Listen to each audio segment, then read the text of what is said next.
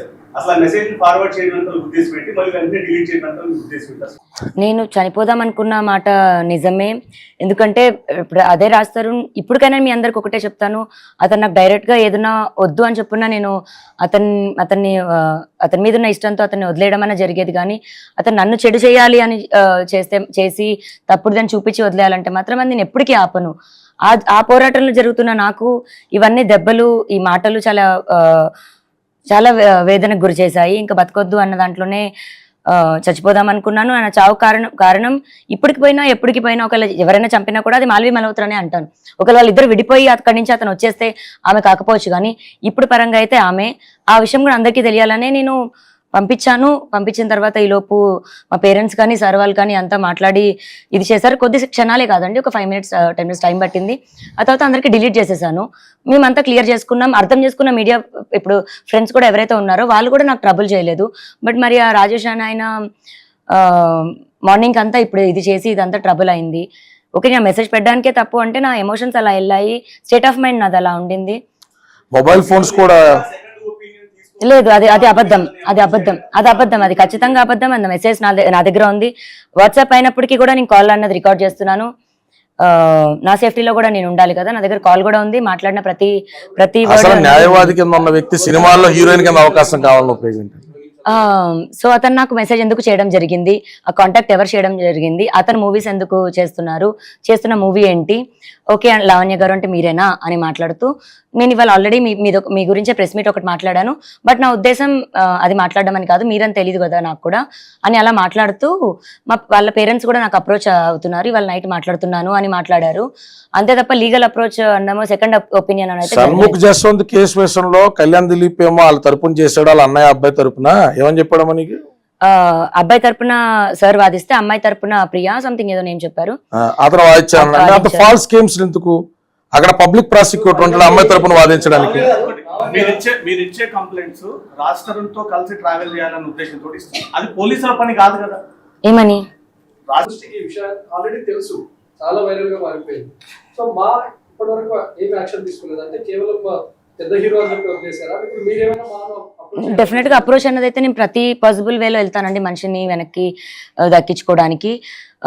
ఇప్పుడు అతను వద్దంటున్నాడు కదా, వెనకాల పడతావేంటి సైకోలాగా అని అందరికీ అనిపించవచ్చు. కాకపోతే మా కనెక్షన్, మా ప్రేమ మాకు మాత్రమే తెలుసు. అది లేకపోతే 10 ఏళ్ళు ఎవరు ఉండరండి. ఇప్పుడు మేము కొట్టుకుంటున్నాము, ఒకరి మీద ఒకరు నిందలేసుకుంటున్నాము, అవి కరెక్టే. బట్ అవి దాటేసి వస్తే లేదా వాటికి వెనక్కి వెళ్ళినా మా ప్రేమ మాకు తెలుసు, మా కనెక్షన్ కూడా మాకు తెలుసు. ఎఫెక్షన్ అన్నది నిజం, దానికి నేను వాల్యూ ఇచ్చా ఇంకా ఫైట్ చేస్తున్నాను, మనిషికి వాల్యూ ఇస్తున్నాను. ఇంకా అతను యాక్టర్ అన్న నేమ్కి నేను మాకు కూడా వెళ్ళి మాట్లాడడం అయితే జరుగుతుందండి.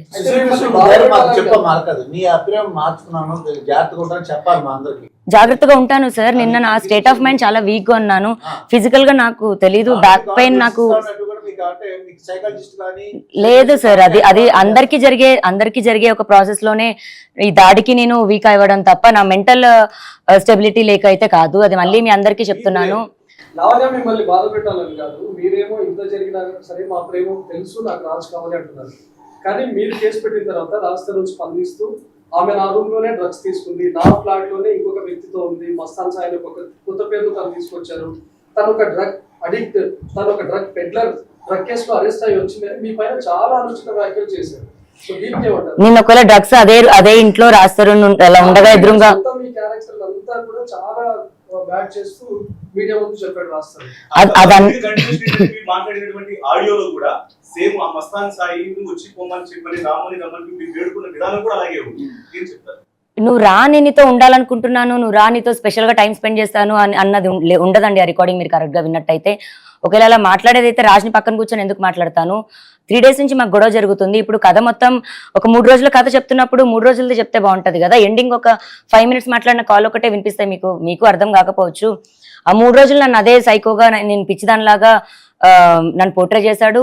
ఆ కాల్ కి 1 month ముందు రాజ్ హిమాచల్ ప్రదేశ్ మండి వెళ్ళి అమ్మాయి వాళ్ళ ఫాదర్ ని కలిసి మాట్లాడడం జరిగింది. ఆ అమ్మాయి వాళ్ళ ఫాదర్ తో ఈ అమ్మాయికి మెంటల్ స్టెబిలిటీ సరిగ్గా లేదు, మేము అమ్మాయికి ట్రీట్మెంట్ ఇప్పిస్తున్నాము, సో అమ్మాయితో నేను సంసారం చేయలేను, అమ్మాయితో నేను ఉండలేను, ఇంకో పెళ్లి చేసుకుందామని డిసైడ్ అవుతున్న టైంలో నాకు మాల్వీతో పరిచయం ఏర్పడింది, నేను మాల్వీని పెళ్లి చేసుకుందాం అనుకుంటున్నానని అమ్మాయి ఫాదర్కి చెప్పడంతో అమ్మాయి వాళ్ళ ఫాదర్ సరే నువ్వు లావణ్యని వదిలేస్తే మేము పెళ్లి చేస్తాము అని చెప్పడంతో ఈ అబ్బాయి అది నాకు తీసుకొచ్చి నేను పిచ్చి అన్నది పోర్ట్రే చేయాలి, ప్రూవ్ చేయాలన్న దాంట్లోని ఇచ్చిన రిజల్ట్ అండి. నేను అది కౌంటర్. మీ పైన చేస్తున్న ప్రధాన ఆరోపణ ఏంటంటే గుంటూరులో నమోదైన కేసు చూపిస్తున్నాడు, తను ఎఫ్ఐఆర్ పట్టుకునే అది కూడా చూపిస్తా ఉన్నాడు. ఇంతగా కేసు క్లోజ్ అయినట్టేనా? ఇప్పుడు మాత్రం దాన్ని ఎవిడెన్స్ గా చూపిస్తా ఉన్నాడు. ఇప్పుడు పెట్టింది కూడా ఆషామాషి కేసు కూడా కాదు. అవును కరెక్టే. ఇప్పుడు అతను చూపిస్తుంది ఏదైతే ఉందో అది సీక్రెట్ గా ఉన్నది ఏదో కాదండి. నేను పబ్లిక్ గా బయటకు వచ్చి అదే పోలీస్ స్టేషన్ లో కంప్లైంట్ ఇవ్వడం జరిగింది, ఎఫ్ఐఆర్ అయింది. నేను కోర్టుకి వెళ్ళి 164 కూడా ఇవ్వడం జరిగింది. అది ఒక లీగల్ ప్రొసీజర్ లో వెళ్తుంది, దాన్ని అలాగే ఉండనిస్తే బాగుంటది. అది ఏమైనా సరే కేసు పరంగానే చూడాలి. అండ్ నేను రాజధానికి చెప్పకుండా కేసు వెళ్ళడం అన్నది అయితే అబద్ధం. నన్ను ఇక్కడ నుంచి మళ్ళీ గుంటూరు పంపించడం కానీ, గుంటూరు కోర్టుకి వెళ్ళడం కానీ, పోలీసులతో మాట్లాడడం కానీ అన్ని రాజ్కి తెలుసు. ఒకవేళ నా డివైజెస్ ఏమైనా పోతాయేమో అని చెప్పి రాజ్ ఫోన్లోనే, అంటే మా 2 ఫోన్స్ సింక్ అయి ఉంటాయి, రాజ్ ఫోన్లోనే ఒక ఫోల్డర్ కూడా నావి నేను అతనికి ఇవ్వడం జరిగింది, అతని దాంట్లోనే దాపెట్టడం జరిగింది. మరి అప్పుడున్న ఫ్రెండ్ మరి 1 year లో నుంచి ఆ కేసు జరిగి 1 year అవుతుంది, మరి వదిలించుకోవాలి అనుకుంటున్న అతను 1 year నుంచి బయటకు వచ్చి చెప్పొచ్చు కదా. ఈ రోజు నేను బయటకు వచ్చిన తర్వాత ఎందుకు ఆ కేసు మ్యాటర్ ది మాట్లాడుతున్నారు? ఈ సెక్షన్ కాదు 376 పెట్టు అని మహానుభావుడు వాయిస్ క్లిప్ పెట్టిన వాయిస్ క్లిప్ ఉందండి. ఈ సెక్షన్ కాదా మస్తాన్ గారు దోలు తీర్చాలి, ఆడికి 376 పెట్టాడు బుద్ధి రావాలని గైడ్ చేసిన మహానుభావుడు అదేంటి అలా పెడతావు రేప్ కేసు అంట కదా అని తెల్లారి పొద్దున్న ఇప్పుడు మీరు మాతో మాట్లాడినట్టే గుంటూరు డిఐతో కూడా మాట్లాడతారు కదండి. ఈ పిల్లలు సార్ అతనితో పెట్టాల్సిన సెక్షన్ వరకే, రాంగ్ రేప్ కేసులో వద్దండి, ఆటల మీద ట్రయల్ చేద్దంటే నువ్వు రాసి ఇవ్వమ్మా అంటే పిల్ల రాసి ఇచ్చింది. చెప్పండి సార్. చేసుకోవాలి అనుకున్న అమ్మాయిని మస్తాన్ అనే వ్యక్తితో రిలేషన్ లో ఉంది, అది చూసే నేను అమ్మాయికి దూరంగా ఉంటూ వచ్చాను. అదే టైంలో తను డ్రగ్ అడిక్ట్ అయింది, మస్తాన్ తో కలిసి డ్రగ్ పెడ్లర్ గా మారింది, అందుకే నేను లావణ్య దూరం పెట్టుకొచ్చాను అనేది అదేనా సార్. ఇప్పుడు ఆయన పాప చెప్తూ అయితే ఏమి లేదండి, ఒకే ఒకసారి ప్రెస్ ముందుకు వచ్చాడు, మళ్ళీ తర్వాత వచ్చే మొహం కూడా ఎప్పుడు చెల్లలేదు అతనికి. రోజు మేమే వస్తున్నాం, మేము ఎలిగేషన్స్ ఆధారాలతో చూపెడుతున్నాం. ఆయన గతంలో చేసిన ఎలిగేషన్స్ కి మొన్న నిన్న ఇవాళ కూడా చెప్తున్నాం. రాజ్ తరుణ్ ఇల్లు అనేటువంటిది ఇండిపెండెంట్ హౌస్ కాదు, అది గేటెడ్ కమ్యూనిటీలో ఉన్నటువంటి ఇల్లు. దాని లోపలికి వెళ్ళాలి అంటే mobile OTP Raj Tarun number కి, రాజ్ తరుణ్ ఇప్పుడు 2 నెలల నుంచి లేని తర్వాత ఆ నెంబర్ అయితే ఇంట్లో ఉందో అది ఈ అమ్మాయి చేతిలోకి వచ్చింది. రాజ్ తరుణ్ అన్నవాడికి తెలియకుండా గేట్ ఇన్ గేట్ అవుట్ జరగదు. రాజ్ తరుణ్ ఇంట్లో హాల్ కానుంచి 3 floors కూడా తన కుక్క పిల్లలను చూసుకోవడం కోసం తరుణ్ సీసీటీవీ కెమెరాలు కొన్ని సంవత్సరాల నుంచి పెట్టాడు. తన మొబైల్లో తన ఐప్యాడ్లో ఇంటిగ్రేట్ చేసి ఉంచుకున్నాడు.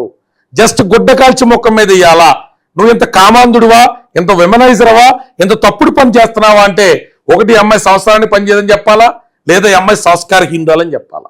వయసులో 30 సంవత్సరాలు ఉన్నటువంటి అమ్మాయిని లేని జబ్బులు అంటగట్టి చెప్పలేడు. కాబట్టి తనకి తెలిసి తన కామన్ ఫ్రెండ్స్ ద్వారా కనెక్ట్ అయిన ఒక క్యారెక్టర్ మీద నిరాధారమైనటువంటి నింద వేసి ఎక్కడ ఒక్క మెసేజ్ తినకి మస్తానికి మధ్య అక్రమంగా సాగినట్టు చూపించలేక కేవలం ఈ అమ్మాయిని ఈ రకంగా క్యారెక్టర్ అసాసినేట్ చేయడం కోసం యూట్యూబ్లకి బిట్లు కట్ చేసినటువంటివి ఈ అమ్మాయి ఆవేశంలో కోపోద్రిక్తుల్లో తెట్టిన బూతులు మాత్రమే చూపెడుతున్నాడు.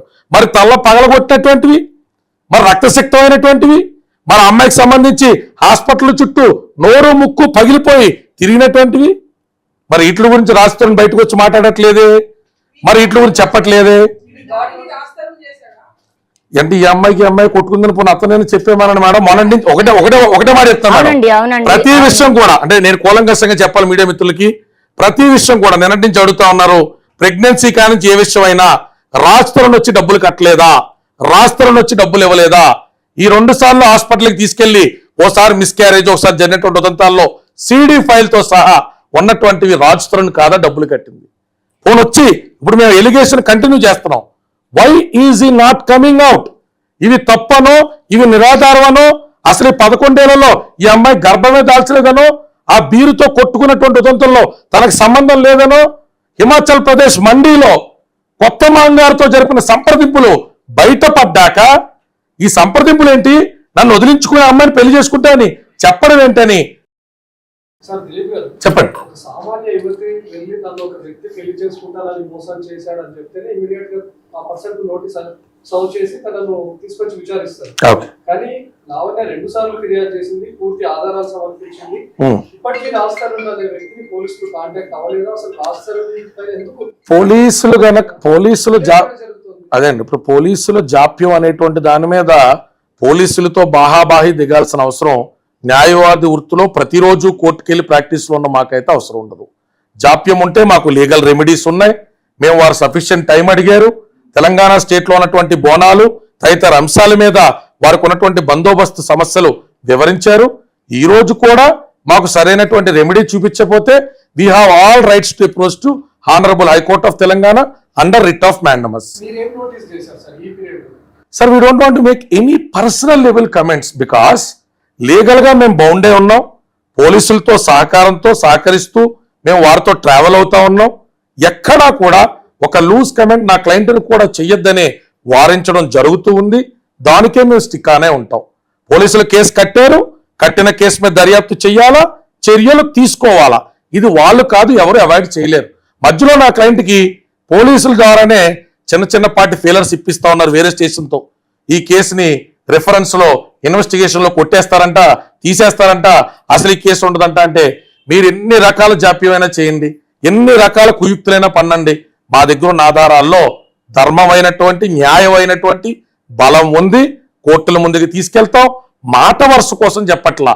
హైకోర్టుకి సబ్మిట్ చేసిన తర్వాత మా కోర్టులు న్యాయ వ్యవస్థ మీద నాకు కానీ నా క్లయింట్కి కానీ వాళ్ళ కుటుంబ సభ్యులకు కానీ పూర్తి స్థాయి విశ్వాసం ఉంది.